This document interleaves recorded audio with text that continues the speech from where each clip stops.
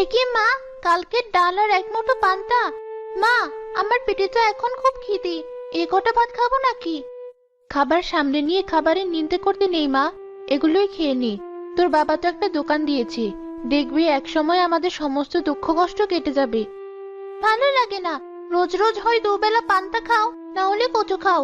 আমারও তো ইচ্ছে হয় একটু মাছ মাংস খেতে। সব সময় তো খাই খাই আসে কোথা থেকে তোর? এখন তো দুবেলা খাবার খেতে পাচ্ছিস, কদিন আগে তো সেটাও জুটতো না। মুখ বুজে খেয়ে নে। আহা গিন্নি, মেয়েটাকে এভাবে কেন বকছো? ও ছোট মানুষ, ওর তো কোনো দোষ নেই। দোষ তো আমার।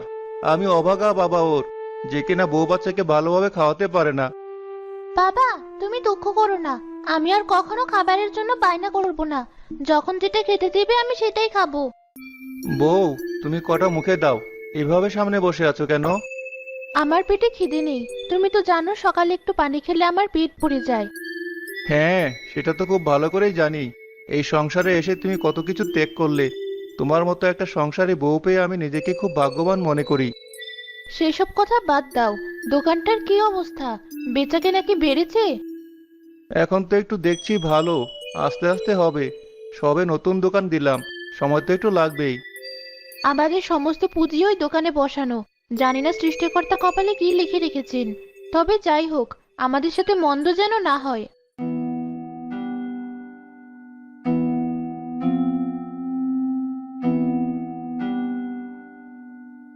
কিছু বুঝলে? বুঝলাম তো। কে বুঝলে? এটাই যে এবার এরা আমাদের থেকে ধনী হয়ে যাবে। যে করেই হোক, এদের আমাদের থেকে ধনী হতে দেওয়া চলবে না। এবার বাড়ি চলো।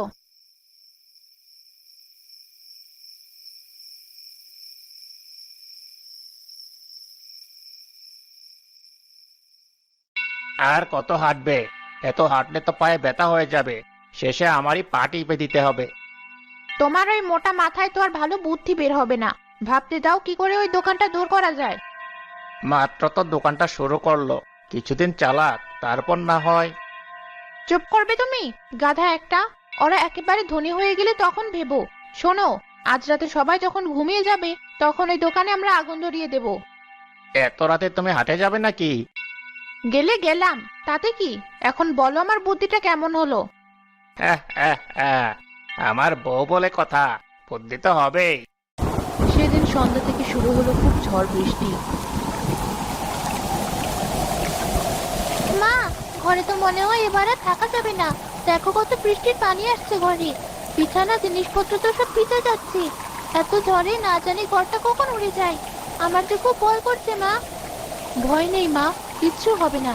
আয়, এখানে গুটিয়ে বসি। আমি আছি তো, কিসের ভয়? মা, বাবা কি করে আজ বাড়ি ফিরবে এই ঝড় বৃষ্টির ভেতরে? আমারও যে খুব চিন্তা হচ্ছে।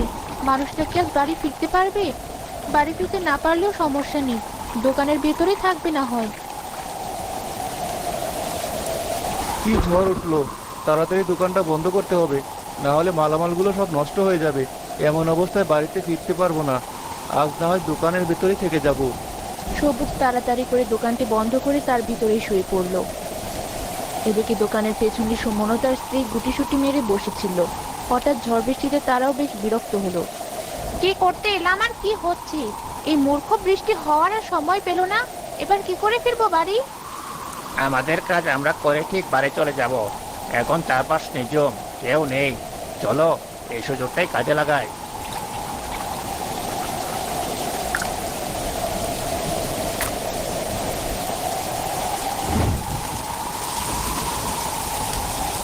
তাড়াতাড়ি চলো এবার, না হলে কেউ দেখে ফেললে সর্বনাশ হয়ে যাবে। তারা দ্রুত পায়ে হেঁটে বাড়ি পথে রওনা দিল। দোকানে আগুন জ্বলতে জ্বলতে বেশ বড় আকার ধারণ করলে ভেতর থেকে গরম তাপ অনুভব করে উঠে বসলো সবুজ। বৃষ্টি হচ্ছে বাইরে, তবু দোকানের ভিতরে এত তাপ কোথা থেকে আসছে? দেখি তো দোকান খুলে, বৃষ্টি থেমে গেল নাকি? সবুজ দোকান খুলে দেখলো চারপাশে আগুন জ্বলছে, যার ফলে সে বাইরে বের হতে পারলো না। এটা কি হলো? আজ যে আর এই আগুন থেকে নিস্তার নেই। আমার প্রাণটা কি এই আগুনেই যাবে? বাঁচাও, কেউ বাঁচাও! আমার দোকানে আগুন লেগেছে, বাঁচাও কেউ! বৃষ্টি না থাকলেও খুব জোরে ঝড় আর বাতাস হওয়ায় আগুন দ্রুত সারা দোকানে ছড়িয়ে পড়লো। এদিকে সবুজের চিৎকারও কারো কানে পৌঁছালো না। আস্তে আস্তে পুরো দোকান পুড়তে লাগলো। হঠাৎ আবার জোরে বৃষ্টি হয়, আগুন নিভে যায়। শরীরের এক পাশ পড়ে যাওয়ার পর সে কোনো রকম দোকান থেকে টেনে হিঁচড়ে বাইরে বেরিয়ে আসে।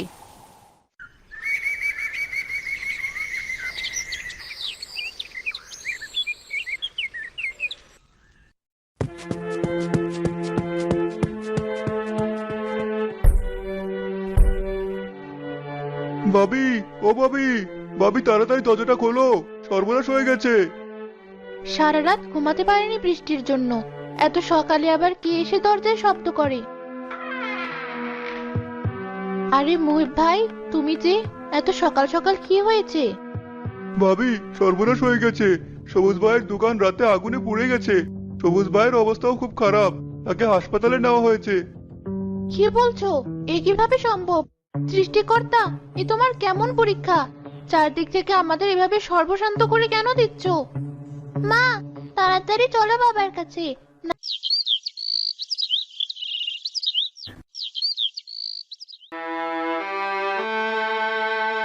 সবুজ কিছুটা সুস্থ হলেও তার শরীরের এক পাশ পড়ে গিয়ে প্যারালাইজড হয়ে গিয়েছিল। রিনা ইটের ভাটায় কাজ করে বেশ কষ্ট করে সংসার চালায়, পাশাপাশি তার বাড়ির সাথে এক টুকরো জমিতে কিছু গমও লাগিয়েছিল সে।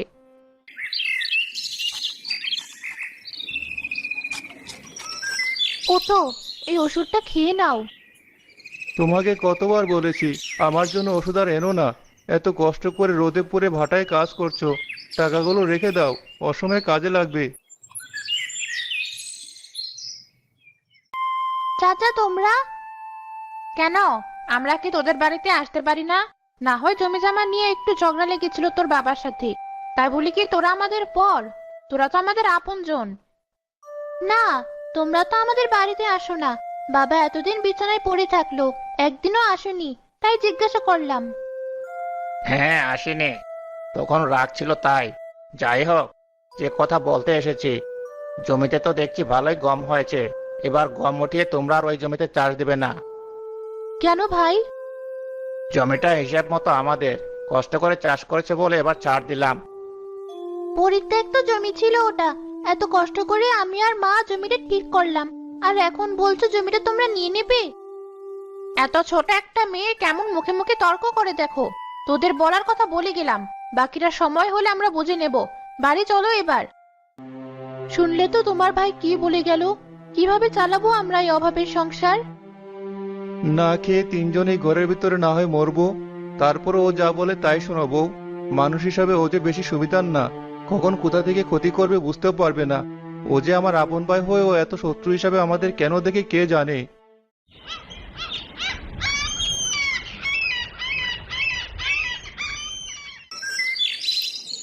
পরের দিন সকালে রিনা কাজে চলে গেলে তরি বাড়ির সব কাজ গুছিয়ে বারান্দায় বসলো। আমাদের জীবনটা কত অদ্ভুত! সব গরিব মানুষের জীবনে কি এত কষ্ট? ভাঙা ছাদ, দুবেলা খাবার, আর ময়লা ছেঁড়া পোশাক।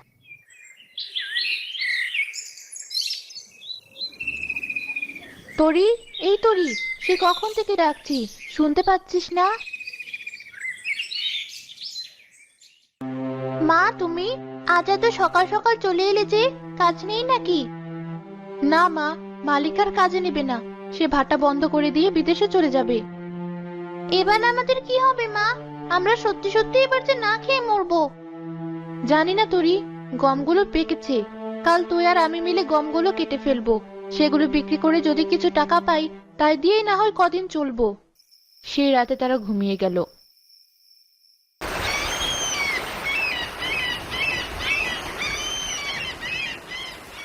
পরের দিন সকালে উঠে তরি ও তার মা মাঠে গিয়ে দেখলো তাদের গমের ক্ষেতটা খেয়ে প্রায় শেষ করে ফেলেছে। খিদে পেয়েছে, আমাকে কিছু খেতে দাও। ঘরে কোনো খাবার নেই তো মা, চল তোর চাচাদের বাড়ি, ওখান থেকে কটা খেয়ে আসিস। কাল গমগুলো কুটে রুটি বানিয়ে দিব। তাহলে তাড়াতাড়ি চলো মা, কাল দুপুরে খাবার খেয়েছি, আর যে খিদে সহ্য হচ্ছে না। নিজের না থাকলে কেউ আপন না, অভাবে অদ্ভুত জিনিস, এ চলবে না। আমি আর খাবার খেতে চাইবো না মা, তোমাকে আর কারো কাছে ছোট হতে দেব না। পরের দিন রিনা ও তরি ঢেকিতে গমগুলো কুটে বাড়িতে আনলো। মা তরি, তোর অনেক কষ্ট হয়ে গেছে, রুটি বানিয়ে তোকে খেতে ডাকবো। আচ্ছা মা, বাবা পানি চাইলো, আমি বাবাকে একটু পানি দিয়ে আসি।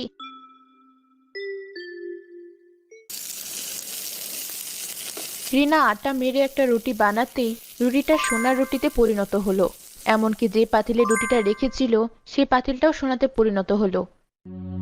এটা কিভাবে সম্ভব? এ তো জাদু। তাহলে এই রুটিটা যে পাতিলে রাখবো সব কি সোনা হবে? রিনা রুটিটা যে পাতিলে রাখছিল সবগুলো পাতিল সোনায় পরিণত হচ্ছিল।